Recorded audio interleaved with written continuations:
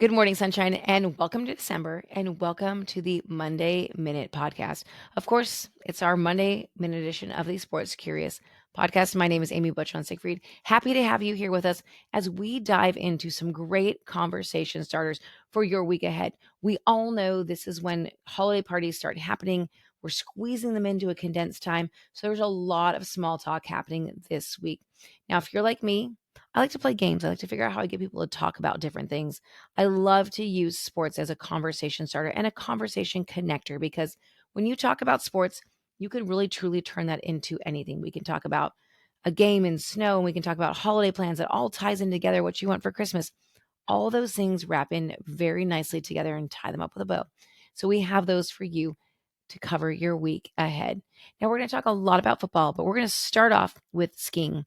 Chasing her 100th career win, Mikaela Shiffrin suffered a deep puncture wound on the right side of her abdomen and severe muscle trauma during a scary crash in a race on Saturday.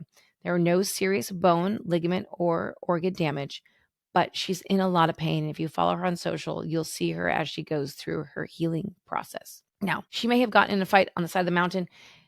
College football this weekend, there were a lot of post-game fights that erupted as it was rivalry week, with four teams attempting to plant their flags on an opponent's field. There were no shortage of post-game shenanigans or police presence, if we're being honest. The biggest one, Michigan, Ohio State.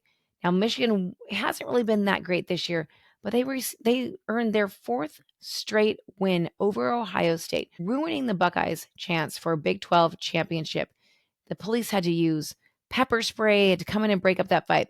Both schools were fined $100,000. Moving on to some positive news. Colorado star Travis Hunter, he seemingly locked up the Heisman on Saturday. Travis Hunter, he's an anomaly because he's not just great at one thing, he's great at two. He is a two-way star playing offense and defense. He had 10 catches, 116 yards, 3 touchdowns, and an interception, while his team won 52 to nothing over Oklahoma State this weekend. So stay tuned as we get that finalist list for the Heisman Trophy winners in the next couple days. Travis Hunter's name will be on the top of that list. Now let's talk a little bit about Kentucky football. You may be wondering why we're talking about Kentucky football because they've had many problems in 2024, but none quite like one of their players standing in line at a concession stand during the game this weekend. It happened on Saturday during a blowout loss to Louisville in their home finale. Offensive lineman Gerald Mincy, well, he was spotted in his uniform standing at the concession stand. He did not participate in the final game of the season, but it's kind of an unwritten rule to stand on the sideline with your team and not go grab a hot dog while the game is happening. But Mincy obviously felt he had better things to do. Moving on to the NFL this week, we had a lot of great games this weekend, a little bit of snow, but a lot of great games and great cause. It was My Cause, My Cleats weekend in the NFL. And that's a collaboration between the NFL players, the NFL. They represent hundreds of charitable organizations that focus on causes from youth wellness to sex trafficking prevention to support for single parents. Now, more than half of the players participated, and they designed these custom cleats, which then get auctioned off to benefit their charity of choice. So it's really cool if you go over to NFL.com.